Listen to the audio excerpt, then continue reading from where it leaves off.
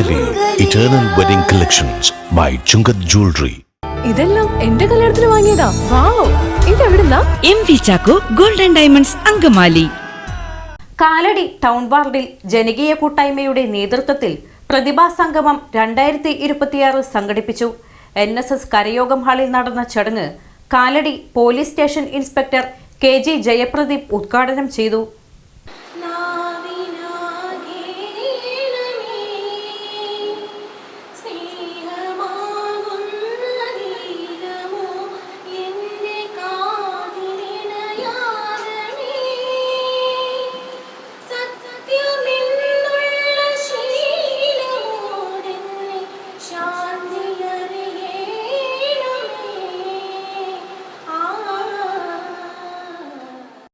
Kalady town വാർഡിൽ ജനകീയ കൂട്ടായ്മയുടെ നേതൃത്വത്തിൽ പ്രതിഭാ സംഗമം 2026 സംഘടിപ്പിച്ചു. NSS കരയോഗം ഹാളിൽ നടന്ന ചടങ്ങ് Kalady police station inspector Jayapradeep KG ഉദ്ഘാടനം ചെയ്തു.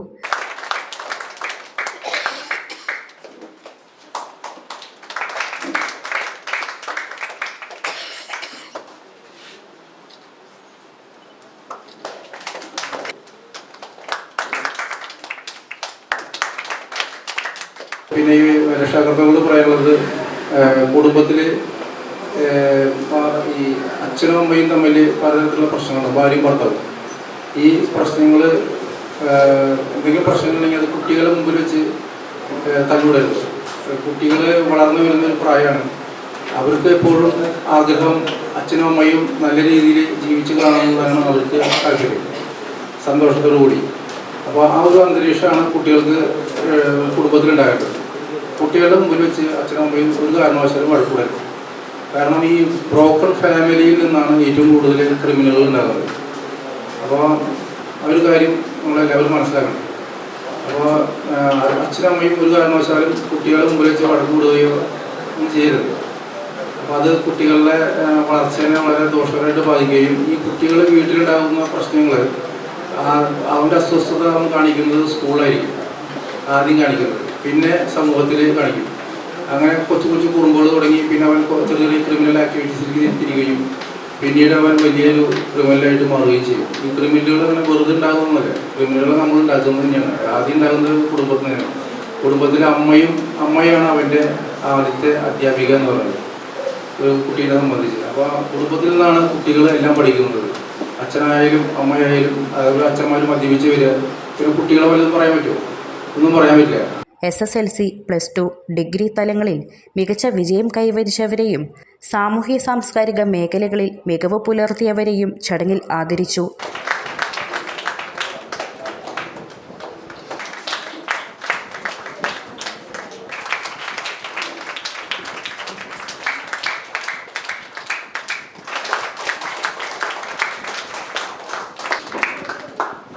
സ്നേഹ സുനിൽ,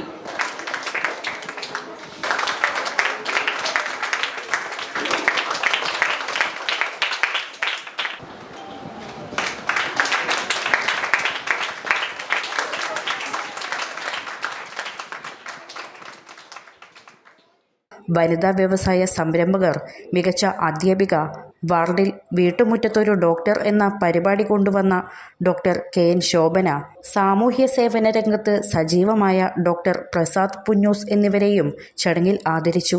സിസ്റ്റർ അച്ഛൻ്റെ അടുത്ത് തന്നെയുണ്ട്. അങ്ങനെ പോയിക്കൊണ്ടിരിക്കുമ്പോൾ അധികം താമസിയാതെ തന്നെ അച്ഛൻ്റെ നില വളരെയധികം വഷളായി. ശ്വാസം കിട്ടാൻ ബുദ്ധിമുട്ട് വന്നു. അപ്പോൾ സിസ്റ്റർ ഓടി പുറത്തു നിന്ന പയ്യനെ വിളിച്ചു. ആ പയ്യൻ ഓടി അകത്ത് വന്നു, പറഞ്ഞു അച്ഛൻ്റെ നില വളരെ ഗുരുതരമാണ്, മരിക്കാനുള്ള തയ്യാറെടുപ്പിലാണെന്ന് തോന്നുന്നു, അതുകൊണ്ട് അച്ഛൻ്റെ അടുത്ത് തന്നെ വേണം, അച്ഛനോട് തടവി കൊടുക്കുക, കൈ കൊടുക്കുക, അച്ഛനോട് സന്തോഷമായിട്ട് അച്ഛൻ്റെ അടുത്തിരിക്കാൻ പറഞ്ഞു. അങ്ങനെ ആ പയ്യൻ ആ അച്ഛൻ്റെ അടുത്ത് തന്നെ ഇരുന്ന് നെഞ്ച് തലോടി കൊടുത്തു, തല തലോടി കൊടുത്തു, കൈ തലോടി കൊടുത്തു, കൊച്ചു വർത്തമാനങ്ങളൊക്കെ പറഞ്ഞ് അങ്ങനെ ആ അച്ഛൻ സന്തോഷകരമായിട്ട് ഈ ലോകത്ത് നിന്ന് യാത്ര ചെയ്തു. ഡോക്ടേഴ്സ് വന്നു, മരണം കൺഫേം ചെയ്തു, അവർ പോയി. അങ്ങനെ എല്ലാ ചടങ്ങുകളും പതുക്കെ ക്ലീൻ ചെയ്ത് എല്ലാം റെഡിയായി കഴിഞ്ഞു. ഈ കൂടെ നിന്ന സിസ്റ്ററും കൂടെ പോകാൻ തയ്യാറെടുക്കുമ്പോൾ ഈ പയ്യൻ സിസ്റ്ററോട് ചോദിച്ചു, അല്ല സിസ്റ്ററെ, ഇത് ആരാ? അപ്പൊ സിസ്റ്റർ ചോദിച്ചു, തൻ്റെ അച്ഛനല്ലേ? അല്ല, എനിക്കറിയില്ല. പിന്നെന്തിനാ ഞാൻ വിളിച്ചപ്പോൾ ഓടി വന്നത്? എന്നെ കൊണ്ട് എന്നെ കൊണ്ട് എന്തെങ്കിലും ഒരു ആവശ്യമുണ്ടാകുമെന്ന് കരുതി. ആ പറച്ചിലൊരു വലിയ പറച്ചിലാണ്. എന്നെ കൊണ്ട് എന്തെങ്കിലും ഒരു ആവശ്യമുണ്ടാകുമെന്ന് കരുതി. നമ്മൾ പലയിടത്തും പോകാറുണ്ട്. അതൊക്കെ നമ്മുടെ ആവശ്യങ്ങൾ നേടിയെടുക്കാൻ. പക്ഷേ മറ്റുള്ളവരുടെ ആവശ്യത്തിന് വേണ്ടി അവർക്കൊരു ആവശ്യമുണ്ടാകുമെന്ന് കരുതി അവിടെ പോയി അതിന് സംഭവിക്കാന്ന് വെച്ചാൽ വലിയൊരു കാര്യം. ഈ ഫുൾ A+ ആണല്ലോ നമുക്കിപ്പോൾ, അല്ലാതെ 99%. ഈ A+ എന്ന് പറയുന്നത് തന്നെ 91 മുതൽ 100 വരെ ഉണ്ടാവും. ഈ ഗ്രേഡിങ്ങിന്റെ ഒരു വലിയ ബലം എന്ന് പറയുന്നത്, അല്ലെങ്കിൽ അത് കൊണ്ടുവരാനുള്ള പ്രധാനപ്പെട്ട കാരണം, ഒരു വിദ്യാർത്ഥി അങ്ങ് ഫസ്റ്റ് റാങ്ക് ആയി നിൽക്കുകയും ബാക്കി എല്ലാവരും അതിൽ താഴെ പോവാതിരിക്കുകയും ചെയ്യുന്ന ഒരു ഒരു ഒരു ഒരു റേഞ്ചിൽ കുട്ടികൾ ഉണ്ടാവുക എന്നുള്ളത്. അതിന്റെ പിന്നിലും ഉണ്ട് ഒരു ദർശനം. കാര്യം മത്സര ബുദ്ധി കുറയുകയും ഒപ്പം നിൽക്കാൻ പറ്റുന്ന കുറെ പേരെ നമ്മൾ ഉണ്ടാക്കുകയും ചെയ്തു. എനിക്ക് തോന്നുന്നു അത്തരം ഒരു സമീകരണത്തിന്റെ ഒരു പ്രക്രിയ കൂടി നമ്മൾ തിരിച്ചറിയേണ്ടതുണ്ട്.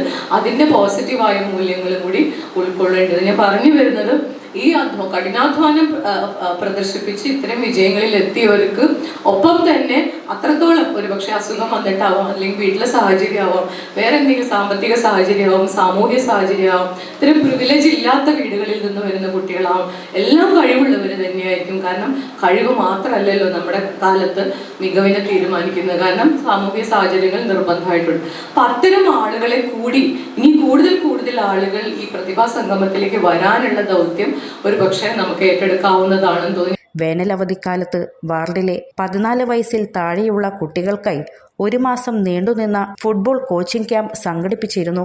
ഇതിനോടനുബന്ധിച്ച് കറുകുറ്റിയിൽ നടന്ന മത്സരത്തിൽ പങ്കെടുത്ത് 2ാം സ്ഥാനം നേടിയ ഫുട്ബോൾ ടീം അംഗങ്ങളെയും നീന്തൽ, സ്കേറ്റിംഗ് തുടങ്ങി വിവിധ കായിക ഇനങ്ങളിൽ പങ്കെടുത്ത് റെക്കോർഡുകളിൽ ഇടം നേടിയ പ്രതിഭകളെയും ചടങ്ങിൽ അനുമോദിച്ചു.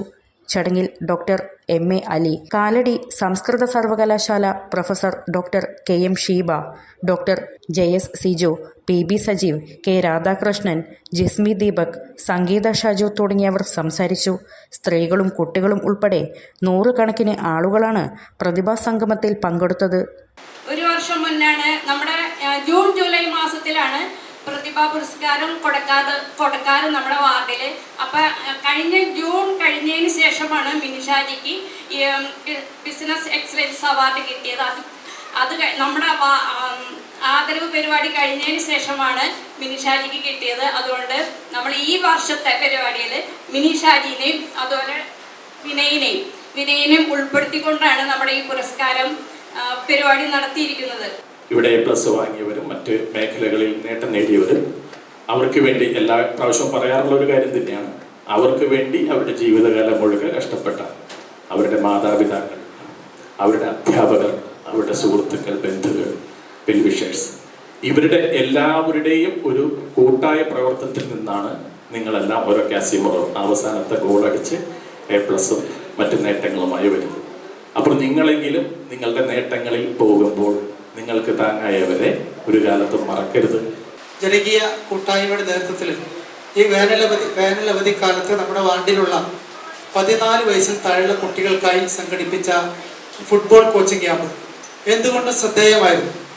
വെളുപ്പിന് 5 മണിക്ക് കുട്ടികളൊക്കെ എഴുന്നേറ്റ് കൃത്യം 6 മണിക്ക് തന്നെ കോച്ചിങ്ങിന് അവിടെ എത്തുക എന്നുള്ളത് സങ്കല്പിക്കാൻ പോലും പറ്റാത്ത നിലയിലായിരുന്നു കുട്ടികളൊക്കെ അവിടെ എത്തിയത്. 1 മാസക്കാലം കഠിനമായ പരിശീലനം അവർക്ക് നൽകുകയും അവരെ ഒരു ടൂർണമെൻറ്റിൽ നമ്മൾ കറുകുറ്റിയിൽ പങ്കെടുപ്പിക്കുകയും ചെയ്തു.